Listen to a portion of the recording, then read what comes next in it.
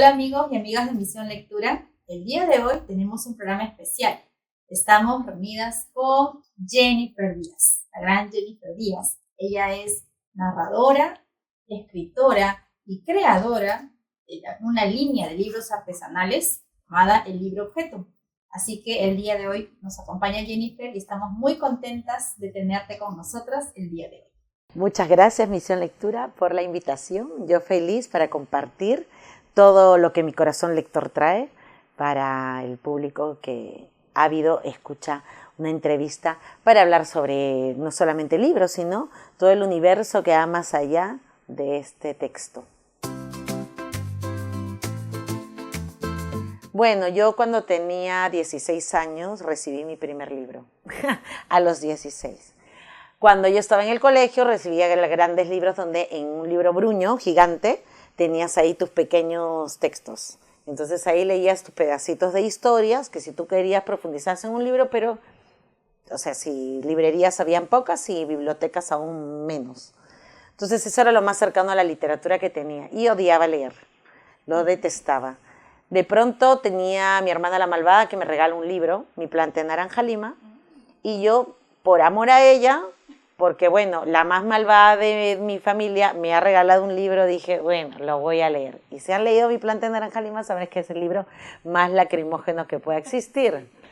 Yo leía el libro, me emocioné con la lectura, me encerraba, lloraba y dije, ¿qué es esto? ¡Qué maravilla! Dadas las circunstancias, las coincidencias de vida, uno no sabe por dónde llega, que ese fue mi primer acercamiento, pero luego yo cuando decidí estudiar una carrera pensaba ser comunicadora social. Tengo un unipersonal donde cuento todo mi camino antes de llegar a ser narradora de cuentos, pero sobre todo me involucro en la historia, me encanta la historia, me voy a presentar para ser profesora de historia, pero de pronto no hay vacantes para ese año en el Instituto Pedagógico Nacional de Monterrico. Ahí en Surco, Monterrico. Bueno, entonces decido que ya nada, me voy a meter con mi prima en literatura. Pero bueno, vamos a ver, porque yo, recordemos, ¿no? Solamente había leído un libro a mis 16, entero. Y cuando llegué ahí encontré mi vocación.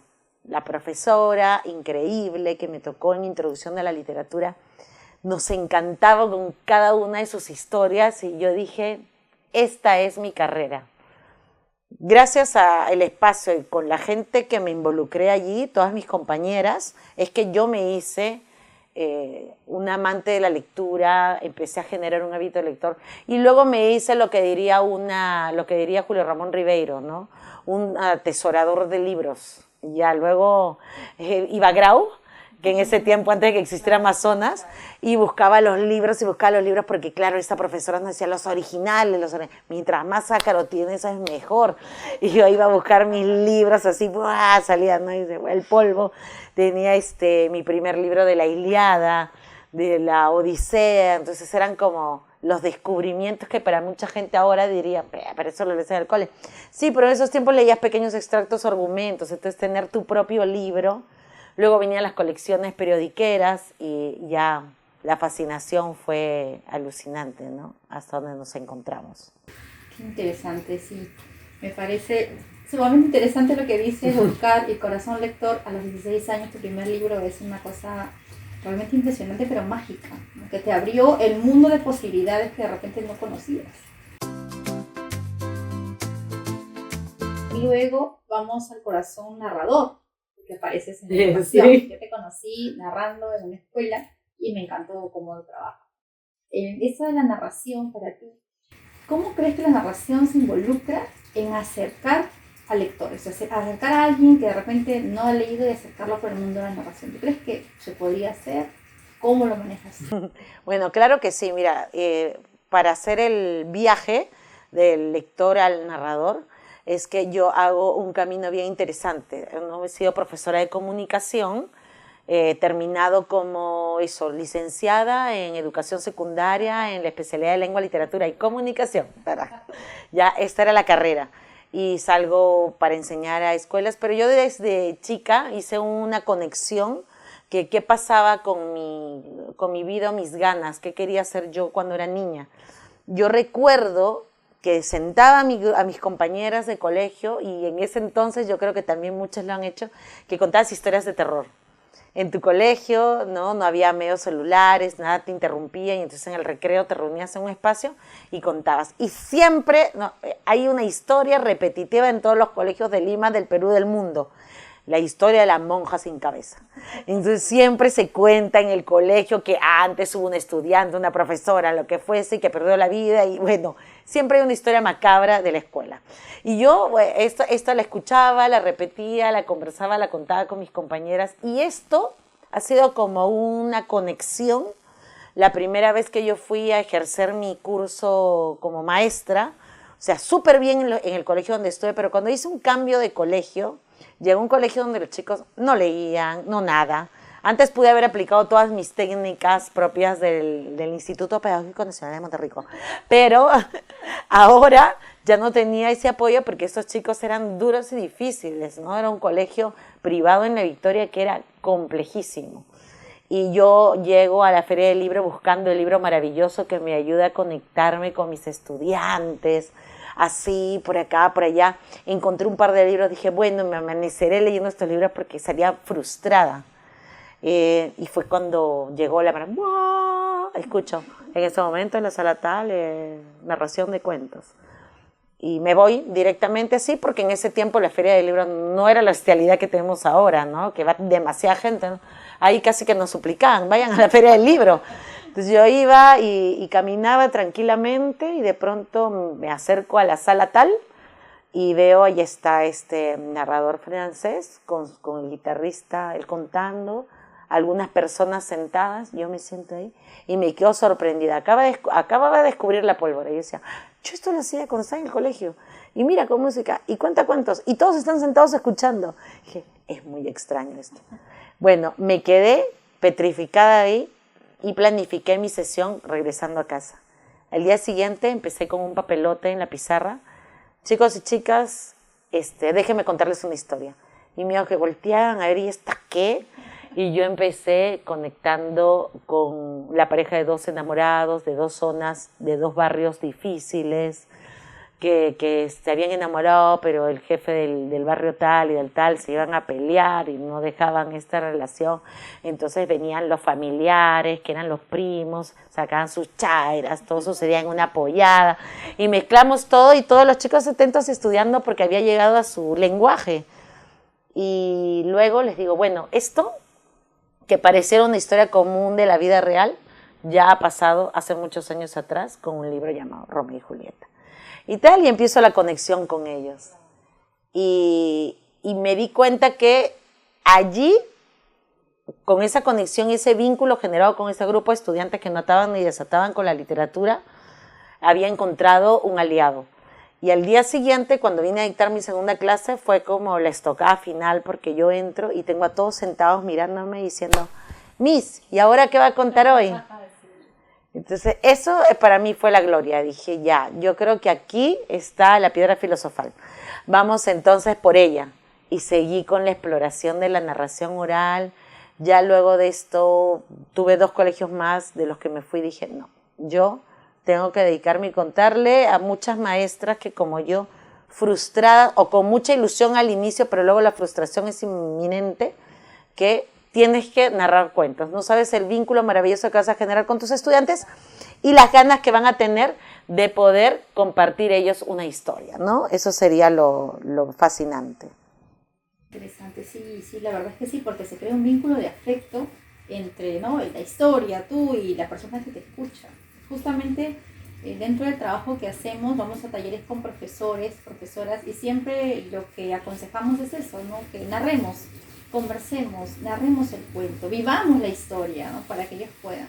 Dentro de tu experiencia, Jennifer, como narradora, ¿qué consejo les podrías dar a los padres de familia, a los maestros o a aquellas personas que desean involucrar de repente a sus hijos, adolescentes, niños en la lectura, desde el campo de la narración? Algunos tips por ahí, porque siempre me dicen, pero ¿cómo lo hacemos? Porque, o sea, tú narras, yo hago lectura en voz alta y dices, pero usted lo hace bonito, ¿no? En caso tú lo haces bonito, ¿y yo cómo lo hago? O sea, ¿qué tips les daría? Siempre piden consejos. Sí.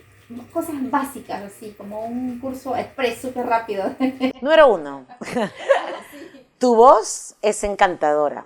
Por más que pienses que tu voz la detesta todo el mundo y solamente cantas en la ducha y nadie más la escucharía, no pienses. A tus hijos tu voz le va a encantar siempre.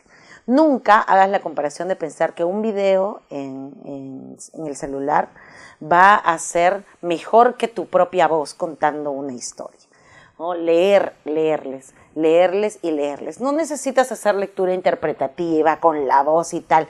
Simplemente darle un poco de emoción a los puntos. Nada más. Y puedes leer el mismo título una y otra vez, sobre todo cuando tus niños son pequeños. Entonces yo con Katara, mi hija que tiene actualmente 13 años, desde 0 ya le contaba historias, bueno, porque ya contaba historias. Pero cuando ya la tenía de bebé, así sé que los 2 primeros meses son bien complejos porque tienes nada de respuestas. O sea, son entidades que te acompañan y tú tienes que darle tu amor incondicional, pero no hay respuesta, no sabes si solamente eres una máquina de alimento para ellos. Pero ahí es donde este calor y este vínculo que has hecho de esos 2 meses, cualquier aparato tecnológico va a destruir esa alianza que has creado. Entonces, hasta los 7 años, la verdad es que es recomendable pasar unas mínimas situaciones con los elementos virtuales, tecnológicos. Mejor es tu propia voz. Y leer. Mi niña a los 6 años y medio empezó a leer sola. Yo, mira, mi frustración como profesora de literatura, le dije, yo voy a enseñarle a leer. La senté, qué ilusa, con el coquito, encima me había comprado un coquito y me enseñó así la ala. ¿Qué? O sea, ilógica, ni siquiera era profesora de educación inicial como para, ¿no? Con toda la honra que le tengo a esa profesión. ¿Cómo voy a pretender hacer esto? Nada, mi hija odió lo que le estaba enseñando y dije, qué tonta. En un 5 me paré y dije, no es posible. Y claro, había un libro que se llamaba Las zapatillas de Albertina, de Erika Stockholm, que me encanta ese libro, y ese libro lo leía y leía. Y un día pasando así a mi cuarto, veo y la tengo a ella leyendo. Tenía 6, ¿no? Y yo me acerqué y dije, ¿qué? Pero claro, tanto habíamos leído este libro, tanto había leído, todo el que pasaba por acá leía porque es su libro favorito. Ella ya sabía dónde se ubicaban las letras, entonces iba leyendo mientras pasaba las páginas. Y 6 años y medio, o sea, demoró medio año en que de pronto ya se leía el libro porque había reconocido las letras. Entonces, simplemente la lectura después nosotros hacíamos un juego, que era la máquina de los cuentos. Mientras comía, yo leía una historia. Apenas dejaba de comer y se quedaba así, paraba de contar y me quedaba petrificada. Entonces decía, ya, y seguía comiendo, seguía contando, seguía leyendo el libro y así teníamos y hasta ahora, ¿no? Tiene 13 años y cada vez que podemos y tenemos tiempo a la hora del desayuno, del almuerzo, leemos un libro. Estamos en nuestra colección de Sherlock ahora, leyendo ya en el número 8, me parece, de las 60 libros que ha sacado Pruni, salvajemente. Entonces, sí. Bueno, terminé también la colección y ya estoy en el libro 8 para leer, ¿no? Con ella. Pero eso, yo creo que eso va a generar una rutina en donde quieras, ¿no? Ella tiene ahorita, por decir, en su cuarto encerrada leyendo, o lo que esté haciendo en función al libro. El mejor tip. Lee. Pero eso sí, lee así, ¿no? Vas leyendo, pero no puedes leer así. Ya, mira un ratito esto. No funciona así. Leer a conciencia, ¿no? Esos 5 minutos o 10 minutos que le des, ahí, real presencia. Gracias. Yo creo que esos tips están súper bárbaros. Gracias, Jennifer, por los tips. Hemos abordado el corazón lector de Jennifer, hemos abordado la narración, pero Jennifer también ingresa al mundo de la escritura, porque todo buen lector al final quiere escribir sus propias historias, ¿verdad? El que lee, escribe. Y justamente ella nos cuenta acerca de este librito que sale Animales que Riman, y que sale bajo su propio sello de libros artesanales, ¿no? El libro objeto. Entonces, cuéntanos un poquito acerca de Animales que Riman, cómo surge la idea y cómo te animas a hacer tu propio sello editorial. con tu libro perfecto. Sí, que me dirían, ¿no? Que siempre estoy como metida, muy inquieta en muchas cosas. Quiero hacer y de pronto dicen, ya hiciste, ¿qué estás haciendo ahora? Bueno, yo aparte soy actriz. Trabajo, hago obras, estoy todo el tiempo contando cuentos, preparando unipersonales y demás. Pero con la pandemia llega este momento y esta frustración de estar todos pegados a la virtualidad obligatoriamente, porque el mundo te lleva a esto. Y contaba cuentos y era lo más frustrante contar cuentos y tener que mirar a un circulito y tienes la gente aquí, no puedes mirarlos a ellos porque cuando los miras a ellos no te ven que los estás mirando. ¡Guau! Esa frustración era terrible y yo pensaba, ¿así va a ser todo esto? Empecé con un curso, me acuerdo que en este tiempo, los primeros meses te daban un montón de cursos gratuitos, ¿no? Aparecían por todas partes.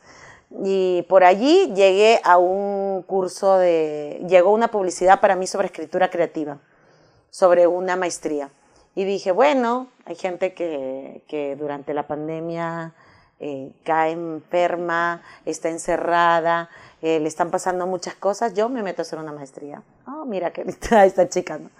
Y dije, bueno, nada, gracias a FP, y entonces lo hice, sacando lo que podía la FP, dije, voy a invertir en una maestría, es un buen momento, estoy sentada ahí, había hecho un curso con nuestro amigo Rubén Silva y con Jorge Eslava, uno de cuento corto con Jorge y uno de poesía infantil de donde salen animales que riman, con Rubén. Entonces creo que allí dije, pues a mí me parece que tengo mucha madera para escribir muy rápido. Me metí a la maestría en la USAL, a la Universidad de Salamanca. Y para mí fue impresionante porque tenía a todos los grandes escritores de libros que yo había leído como mis profes. Y me emocioné y me acuerdo mucho las palabras de un profesor, el profesor Richard Guichard, que decía, alguien le preguntaba, ¿no? ¿Y quién es el que más gana en el mundo y en el universo lector? El que vende los libros, me dijo. Dije, sí, mira, el autor pobre, ¿no? El 2%, el 10%, que el editor todo lo que invierte y tal, el producto al que llega. Ay, decía, wow, qué interesante, pero la verdad es que yo te recomendaría que tú seas todo. Le decía a esta persona que preguntaba, ¿cómo todo? Pues el que escribe, el que se publica, el que edita, el que todo. Yo me quedé con eso pensando y luego tenía otro curso donde era proyectos y me preguntaban, un proyecto innovador que tú quisieras hacer. Yo decía, bueno, a ver, ¿qué proyecto innovador podría hacer? Y lo dije así como nada, porque como que ya se vencía el tiempo y tenía que entregar una tarea, ya vamos a hacerlo. Y propuse, ese es el cucú. Y propuse que, ¿por qué no hacer un libro un libro que sea de contacto inmediato, donde yo tenga a mi lector, lo revise y me diga inmediatamente qué le pareció y que me dé el intercambio. Y lo presenté como eso, y me dijo, wow, pero eso es una tarea titánica, me dijo la profesora, o sea, ¿qué quieres escribir uno a uno? Bueno, muy pocas personas se dedican a eso, pero estaban los vanguardistas que hacían los libros estos y tal, si tú quieres. Y yo entonces, leyendo los vanguardistas, se veía, ¿no? A nuestro querido Carlos Oquendo de Amat con sus 5 metros de poesía, que era mi padre al empezar, porque es tal cual.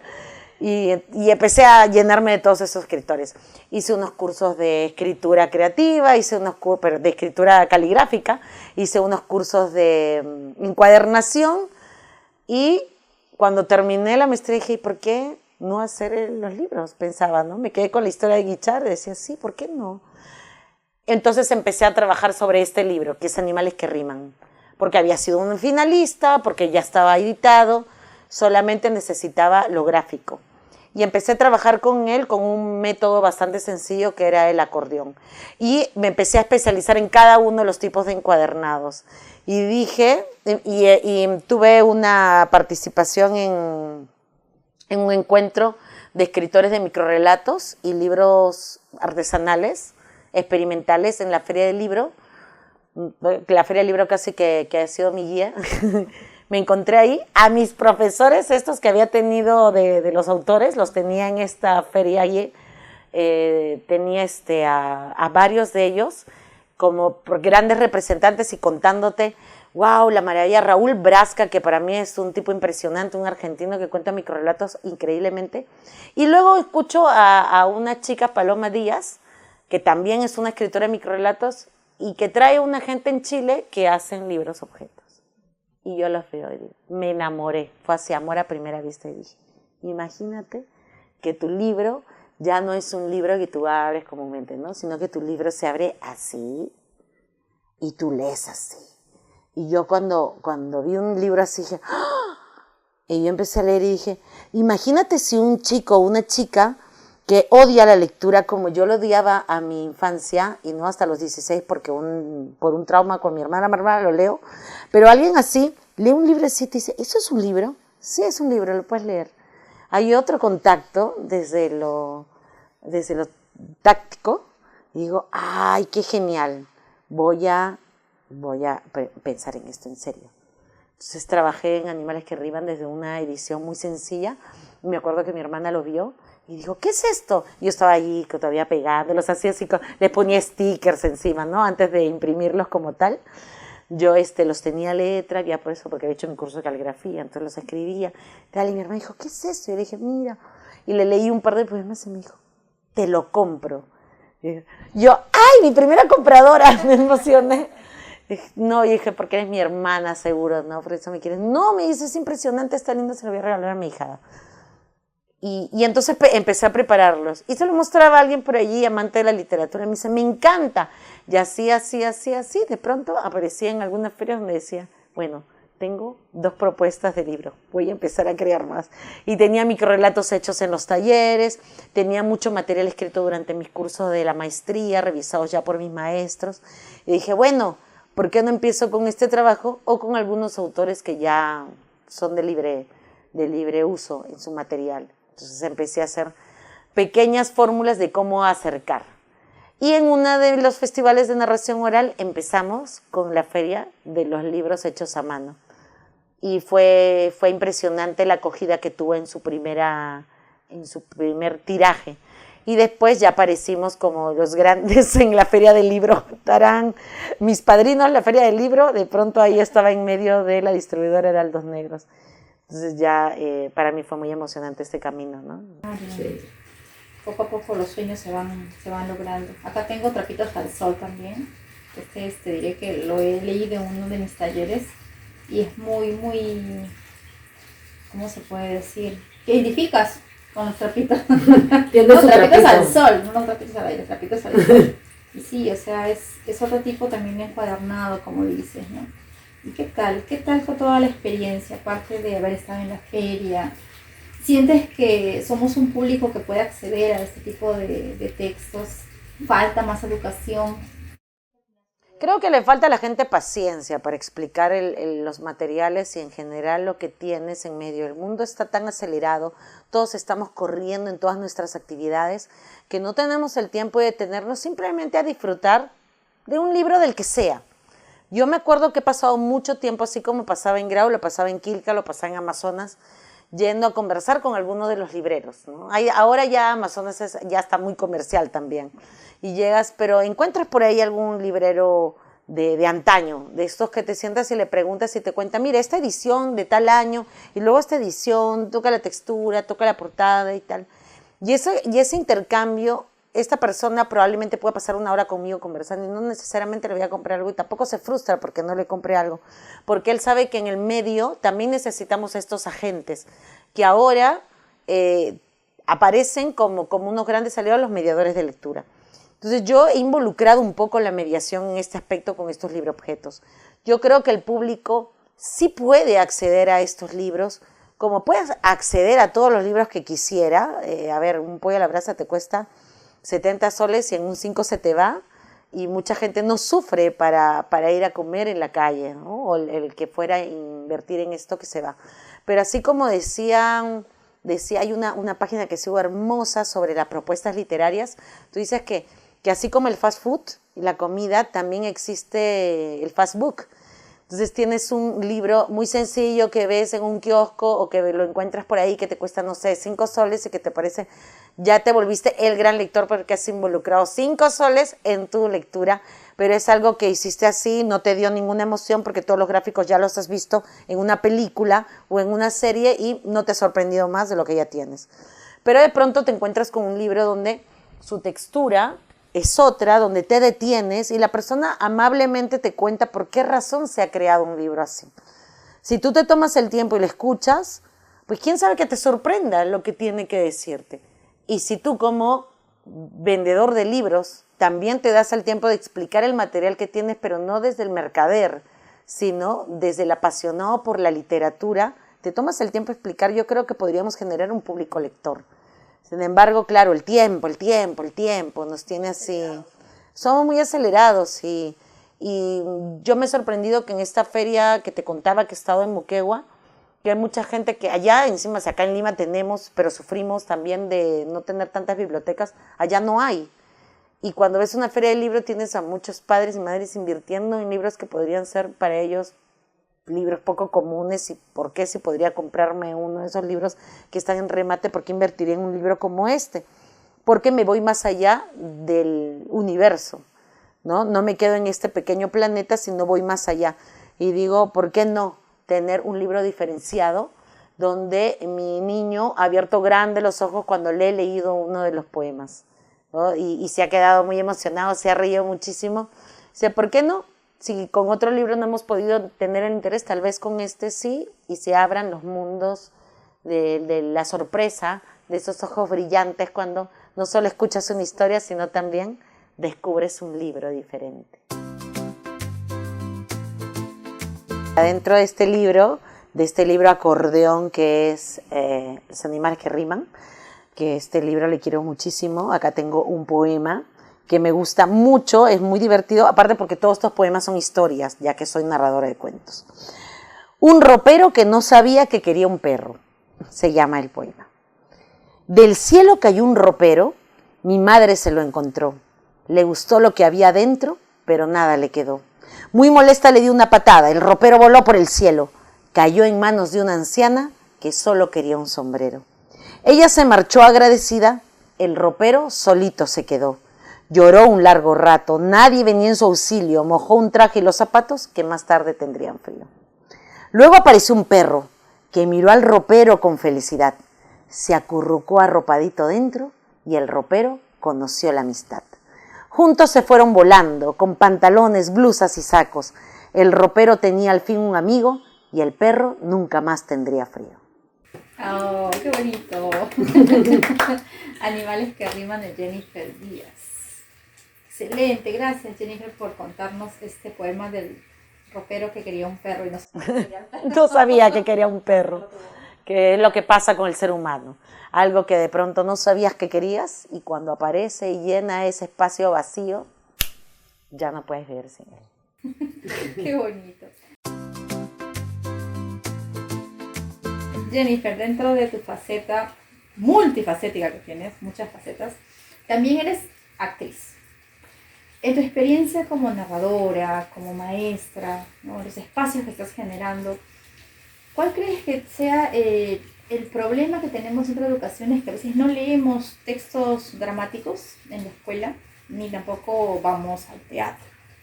¿Tú crees que tengamos, acá tengo un poema tuyo que dice acerca de los ideales, seremos muy idealistas en pensar que podemos a través de la lectura y ese tipo de cosas contribuir a acercar a las personas a este género también, al teatro? El que pide poco es un loco. Así que hay que soñar y tener muchas ilusiones. Ese es el primer punto. Y creo que los que estamos en este ecosistema librero vamos a darnos cuenta que nuestras ganas no mueren en ningún sentido. Sí, probablemente el acercarnos al libro es un reto. Acercarnos a la narración es un reto más grande. Acercarnos al teatro ya. ¡Guau! ¿No? ¿Qué estamos hablando? Y sí, que leas libros de cuentos, que leas novelas, que leas poesía, que leas teatro. Ya, ¿no? O sea, vamos abriendo unos gruesos grupos de interés. Pero yo creo que es posible también con mucha atención y cuidado. Porque ¿qué pasa en la escuela? Lo sabemos todos por experiencia. Nos han alejado de los textos dramáticos al intentarnos hacer leer, pobre Shakespeare, ¿no? Textos y claro, la obra teatral, pero utilizando el español traducido del inglés británico, traído y en un tercero o cuarto de secundaria, en una época donde estás leyendo, pero luego para para que los chicos los entiendan, entonces les bajan el nivel y luego te ponen una dramaturgia, pero de lo más ya tirada al piso. Entonces hay que tener mucho cuidado con eso. Yo creo que hay que hacer una búsqueda bibliográfica bien interesante. Sigo pensando que por eso es interesante el trabajo de los mediadores de lectura, porque preguntar, ¿no? Los bibliotecólogos que ahora como es su tiempo, es su poder en estos momentos, donde uno puede hacer preguntas y no tener, wow, soy profesora de literatura, ¿cómo no voy a conocer todos los libros del mundo? Pues no necesariamente vas a conocer todos los libros del mundo, por eso necesitas agentes aliados. Y hay que preguntar, ¿cuál sería la obra que me ayudaría en este grado a acercarme más al teatro?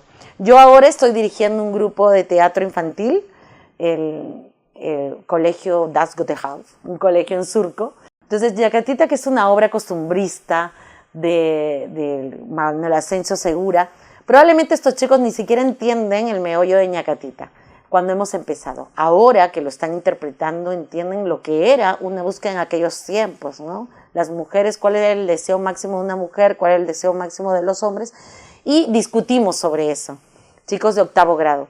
Entonces, si pensamos que podríamos no bajar el nivel de la dramaturgia, sino hablar sobre ella, qué sentido tiene, tomarnos el tiempo, es más, si queremos podemos leerlo en un año, durante todo el ciclo escolar, por pequeños trozos y después de haberlo entendido, poder representar pequeñas cápsulas, hacer muchos juegos teatrales. Eso sería un gol, y ir al teatro. Y es más, creo que es uno de los requisitos pedidos por el Ministerio de Educación. Una vez al año la escuela necesita ir al teatro para que el chico tenga esa experiencia de nuestros espacios teatrales. Luego, pensar en las representaciones que pueden hacer los mismos maestros en la escuela. O sea, podemos hacer un montón de alternativas. Los mismos chicos de la secundaria, poder crear una obra infantil para los chicos de inicial, que es siempre lo que propongo yo para la narración de cuentos. ¿Por qué no decirle a los últimos grados que vengan a contarles cuentos a los más chiquitos? Son muy felices con sus hermanos mayores viniendo a contarles historias. Entonces, también se puede hacer desde la teatralidad. Y los maestros son los primeros actores en el aula. También debemos quitarnos el programa, un ratito salirnos del programa, no que te lo quites completamente, sino salirte del programa un costadito y tú quitarte esa camisa de fuerza y ser este actor increíble en el aula que cada día podrías estar recitando un poema, podrías decir un fragmento de algo, qué razón Hamlet dijo ser o no ser, ahí el dilema, en qué momento se da y por qué razón. ¿Nos hacemos los locos todos o seguimos la corriente? Esto es cómo podemos ir acercando poco a poco al mundo dramático, ¿no? Ya vivimos en un drama, Vamos a hacerlo mejor. Oh, exacto, por favor.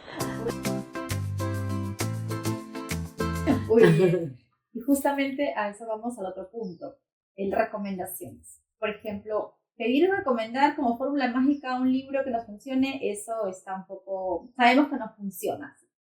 Pero dentro de tu experiencia, todas las facetas que Jennifer tiene, exacto, ¿no?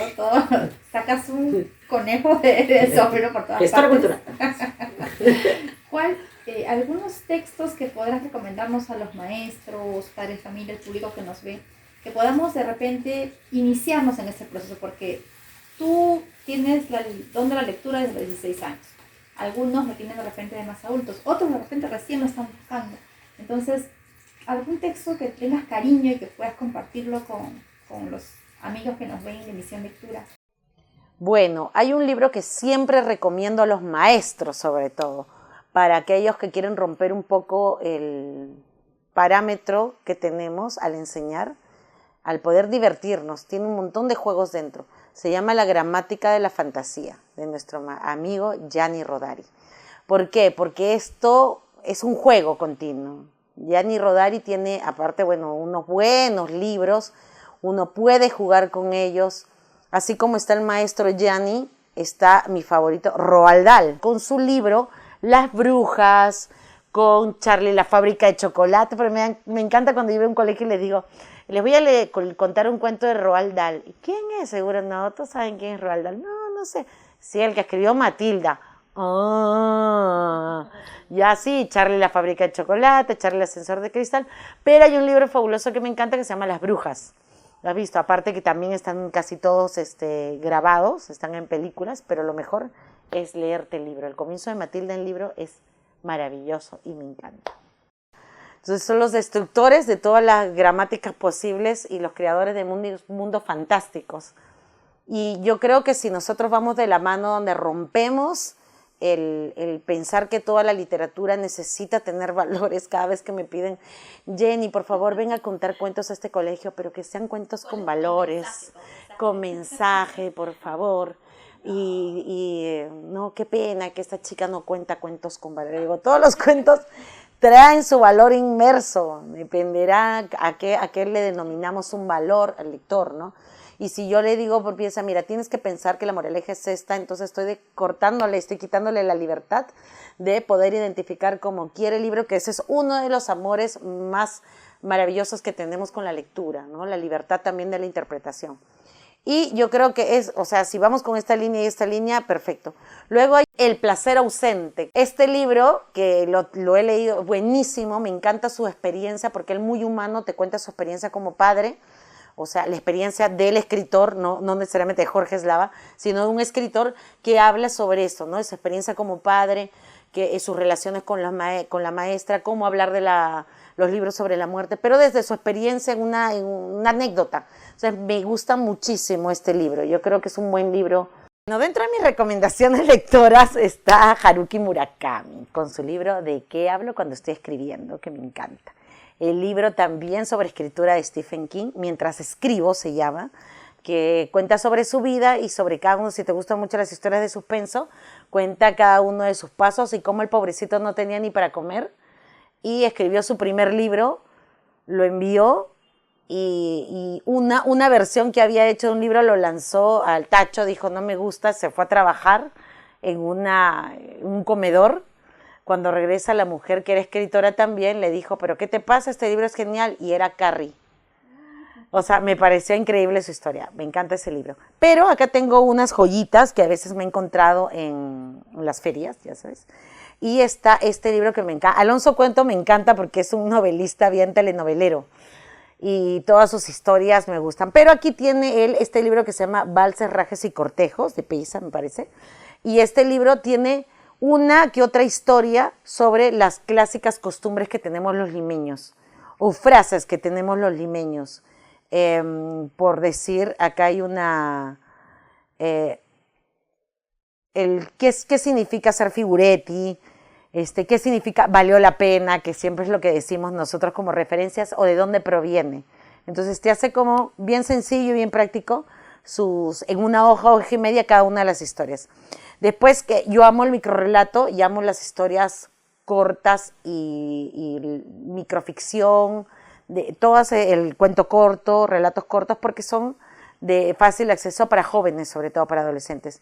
Y hay un escritor fabuloso que es Andrés Neumann, este se llama El fin de la lectura, y aquí también tiene pequeñas historias que te dejan medio desconcertado a lo Julio Ramón, ¿no? Y luego, este es un tesoro que tengo, que encontré en una librería que lo amo, se llama Manual de Remedios Literarios. Entonces, mientras tú dices, a ver, vamos a ver aquí, señorita, ¿usted qué tiene? Le voy a recetar algo, mira. Acá dice, voy a mostrarte al final, dice, por decir, vas en la A y tienes un libro recomendado para los que sufren de agotamiento, para los aguafiestas, para los que sufren del alcoholismo, la alimentación en trastornos, el letargamiento, para tu alma vencida, para las rupturas de amistad. En todas estas te propone, si tú tienes algo de estos, este libro sería recomendable para ti. Entonces es como tu médico mediador de cabecera. Para el estrés puedes leer un libro que se llama El hombre que plantaba árboles. Bien, entonces así.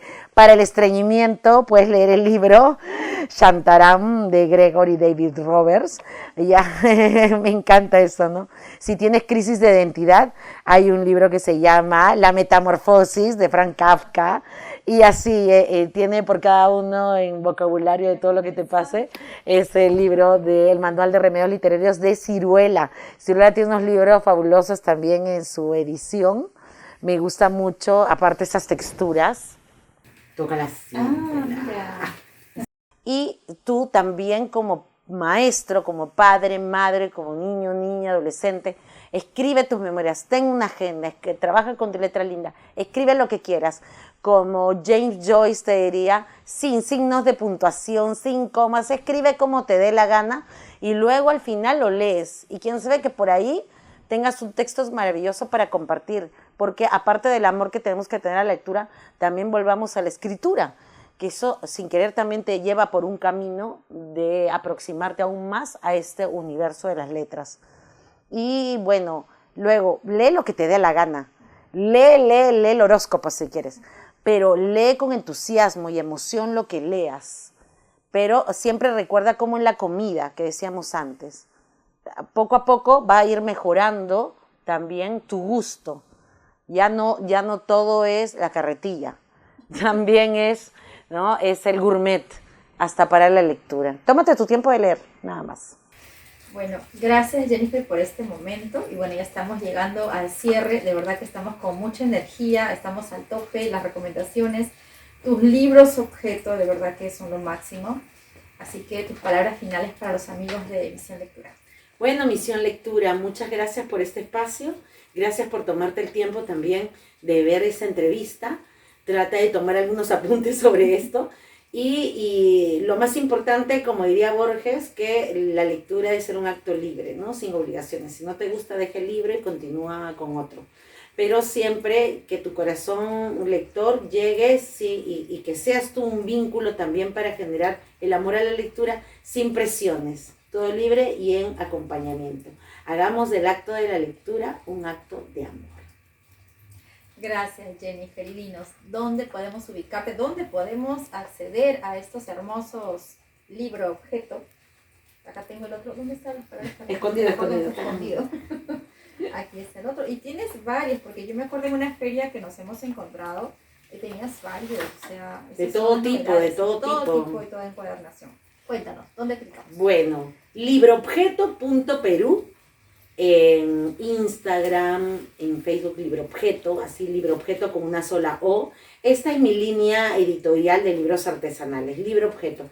Si quieres verlo, también estamos en TikTok, voy a dar el TikTok también, ¿no? Y a veces hago algunos, no tengo mucho tiempo, pero prometo hacer más videos de la creación de algunos libros, de algunos tipos, porque este es un libro acordeón, este es un libro de encuadernado japonés, y este es un libro que llamamos el libro de las habitaciones. Entonces trato de proponer cada uno de los tipos de encuadernado. Ese es el mundo libro objeto. Para el mundo de los cuentos, y ahí estoy como un poco dividida en las redes, ¿no? Mi cuenta personal es Llenitos de Cuento con Y, Llenitos, mi nombre es Jennifer con Y, y ahí estoy Llenitos de Cuento en todas las redes, pero para saber sobre nuestro proyecto de cuentos, Tiempo de Cuentos, donde reunimos a todos los narradores con los que vamos trabajando este año, ¿no? Somos un pequeño grupo donde tenemos entre 4 y 5 narradores que viajamos a diferentes escuelas en Lima o en el Perú. Y luego vienen también las redes de nuestro encuentro internacional de narración oral que se llama Puro Cuento. Lo encuentras en Instagram como Yo Soy Puro Cuentos. Entonces, Llenitos de Cuento, Tiempos de Cuento, Yo Soy Puro Cuento y Libro Objeto. Excelente, Jennifer. Creo que imposible olvidarnos. Instagram, Facebook también. Instagram, Facebook, TikTok, todo. Sígueme. Sigan las redes a Jennifer Díaz. Ella hace una labor muy interesante, sus grandes facetas. Ya han podido ver en la entrevista todo el mundo maravilloso que ella nos puede ofrecer, en tanto en la narración, la escritura, en su línea editorial y sobre todo en este mundo de corazón del lector que ella lo tiene tan apasionado. Es una apasionada de la lectura y me encanta. Totalmente. Y otra cosilla. Si quieren seguir un poco, si quieren tener acceso a algunos cuentos los tenemos en YouTube con mi nombre, Jennifer Díaz, lo encuentran así, y tienes varios cuentos si quieres compartirlos. Pero también allí te ofrezco que puedas seguir todo ese programa literario si quieres conocer más de la literatura peruana de una manera divertida, muy graciosa, se llama Viviendo las Letras. Y vas a poder hacer un viaje en el tiempo, son 20 episodios, donde puedes ver uno si quieres en familia, duran como entre 10 minutos nada más, y están así como diferentes pasajes y enterarte de lo que pasa en la literatura peruana para que tengas un conocimiento amplio. Eso. Ajá, muy bien. Entonces, otro espacio más. Otro espacio más ahí para ya, no puedes negarlo, tienes muchos accesos para la lectura, la literatura en todos sus tipos. Exacto, eso es lo que buscamos en la Misión Lectura, generar los espacios, tener más accesos y conocer. Gracias amigos de Misión Lectura por escucharnos, por vernos. Gracias Jennifer por abrirnos la calidez de tu hogar. Sinceramente nos vamos muy contentas y fortalecidas por todo lo que hemos escuchado y visto el día de hoy. Gracias amigos. Gracias, Misión Lectura.